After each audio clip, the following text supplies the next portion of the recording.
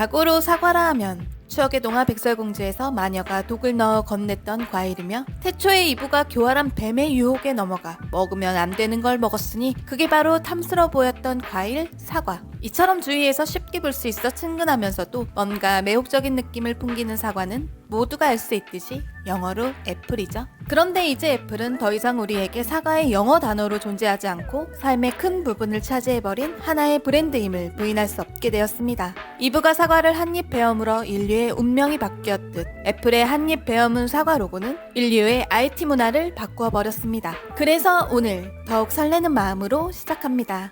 애플과 함께하는 지식 캠핑 떠나볼까요? 구독자 여러분 안녕하세요. 지식 캠핑입니다. 애플의 탄생은 1976년 4월 1일로 올라갑니다. 스티브 워즈니악과 스티브 잡스, 론 웨인이 스티브 잡스의 부모님의 차고에서 컴퓨터 조립 키트인 애플 I를 만들며 그 역사적인 움직임이 시작되었는데요. 그땐 아무도 몰랐죠. 이렇게 애플이 성장하게 된 기반은 뭐니뭐니 해도 아이폰의 등장입니다. 사실 1998년에 아이맥이 등장했고 2001년에 아이팟이 나왔지만 그때만 해도 애플은 일부의 전유물처럼 느껴졌고 주위 친구가 아이팟 샀다고 하면 그래? 아 예쁘다. 그런 감탄에서 멈출 뿐 돈 들여서 저걸 꼭 사야 하나 싶은 의문이 들곤 했었죠. 하지만 전 세계의 흐름은 바뀌었습니다. 2009년 아이폰 3GS의 탄생과 동시에 스마트폰 열풍이 불게 되었고 그에 발맞춰 IT 기술은 날개 달린 듯 발전했습니다. 어플리케이션은 전에 없던 새로운 시장 경제를 창출했는데요. 스마트폰이 우리 삶을 24시간 장악해버렸고 애플의 아이폰이 그 선두에 서게 되었습니다. 특히 아이폰 3GS의 디자인은 등장하자마자 열풍을 일으켰던 거 기억나시죠? 지금 보면 작고 약간 통통한 느낌이지만 아직도 그 디자인을 잊지 못하는 분들이 많습니다. 그 전에 통화와 문자만 되던 딱딱한 휴대폰과는 감성이 달랐던 아이폰. 그래서 첫 스마트폰이 아이폰이었던 분들은 대부분 다른 회사 기계로 넘어가지 않고 10년 넘게 아이폰만 쓰는 경우가 대부분입니다. 한마디로 애플 충성도가 굉장히 높다는 거죠. 그러면 왜 이렇게 애플은 한번 쓰기만 하면 빠져나오지 못하게 되는 걸까요? 무슨 마법 같은 작용을 하길래 그런 걸까요?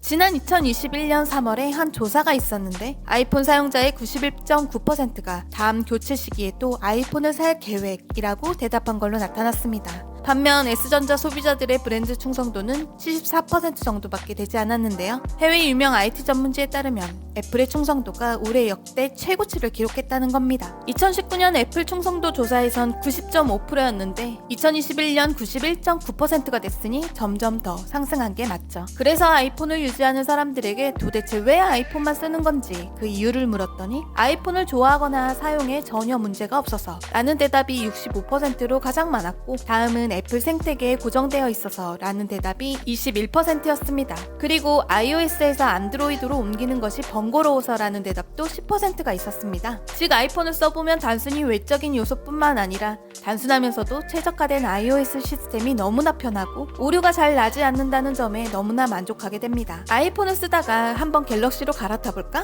해서 바꿨던 분들이 몇 개월 만에 다시 아이폰으로 돌아오는 분들 많으셨어요. 갤럭시에는 워낙 기본으로 깔려있는 어플도 많고 광고도 많이 돌아가다 보니 약간 무겁다는 느낌? 그걸 마음에 안 들어 하시는 분들은 갤럭시를 단 며칠도 쓰기 힘들어 하더라고요. 그리고 전화기는 2년 정도 쓰면 바꿔야 하지 않아? 이랬던 상식을 뛰어넘으며 올해 등장한 iOS 15는 2015년에 출시되었던 아이폰 6S도 업그레이드 할 수 있도록 만들어주었습니다. 당장 갤럭시 제품들만 보더라도 3년 정도 지나면 안드로이드 업그레이드가 되지 않거든요. 하지만 모두의 고정관념을 무너뜨리며 끝까지 책임진다는 모습으로 업그레이드를 시켜주는 아이폰의 인터페이스는 감탄을 자아내게 만들었습니다. 그래서 결과적으로 아이폰 13도 올해 우리나라에서 개통량 50만 대를 돌파하는 기록을 세웠습니다. 그런데요, 이 같은 아이폰은 오래 쓸 수 있어도 정말 폐쇄적이죠. 외부 파일이라든지 타사기계와 연동이 잘 되지 않습니다. iOS 시스템이 빠르긴 하지만 너무나 폐쇄적이어서 그에 반발하는 목소리도 있는 게 사실입니다. 하지만 여기서 애플은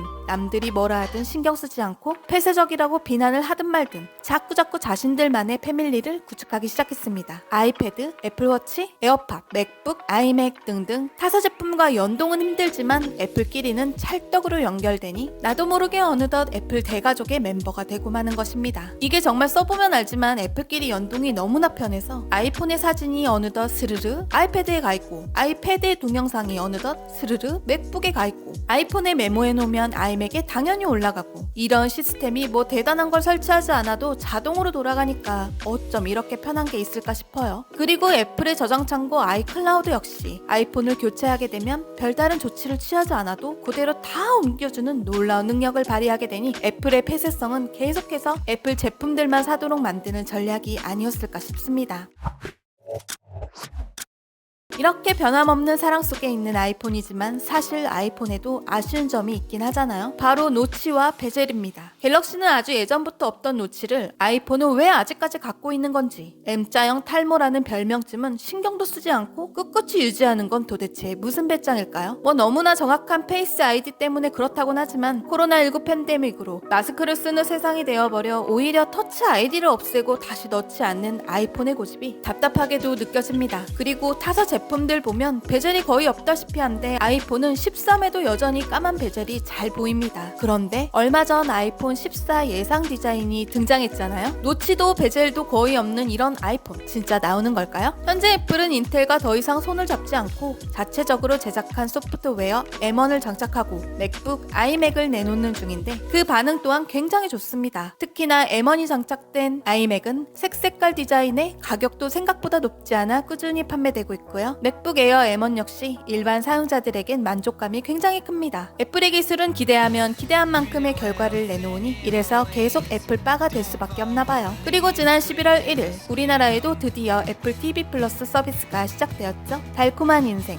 놈놈놈의 김지훈 감독이 연출하고 배우 이선균, 이유영이 출연하는 애플의 오리지널 시리즈 닥터 브레인도 현재 만날 수가 있습니다. 그런데 애플 TV 플러스를 쭉 둘러보니 아직까지는 오리지널 시리즈도 많지 않고 컨텐츠가 부족한 느낌입니다. 넷플릭스의 디즈니 플러스까지 격돌하고 있는 이 시점에 애플 TV 플러스도 더 많은 가입자를 확보하려면 재미있는 시리즈를 계속 만들어야 할 것으로 보이는데요. 뭐 오징어 게임을 만든 우리나라에 애플이 많이 문의해주기를 바라겠습니다.